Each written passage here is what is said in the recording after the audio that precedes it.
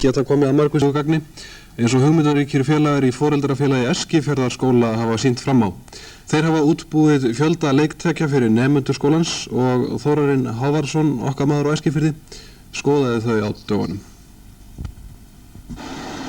Undanfarið ár hafa sjálfboðaliðar úr foreldrafélagi Eskifjarðarskóla unnið að því að reisa leiktæki á lóðinni við skólan. Krakkarnir kunna vel að meta tækin og leika sér oft í þeim utan skólatíma.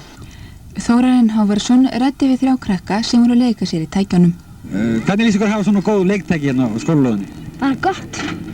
Ekki svaka gaman í þessu? Jú. Hvað uppáhalds leiktæki þitt? Netið og brún. En þitt? Netið og brún. Tækin að mestu byggð úr tré, mikið til úr gamlum raflínustaurum sem foreldrafélagi fekk að hirða og stórum trékjöflum sem hér mynda til dæmis undirstöðun undir rennibraut. Guðrún Karlsdóttir formaður foreldrafélagsins. Já, þetta náttúrulega kostnaðarsamt út af fyrir sig, en þetta annað mála. Það sem foreldrarnir vinna, þá þetta eingöngu bara í sjálfboðavinnu. Síðan höfum við hérna sótt í bæjarins, við sótt í þeirra fjármagn, við höfum tvívegis fengið smá fjárútveitningu frá þeim og kannið þeim bestu þakkir fyrir, það sjálfsögðu.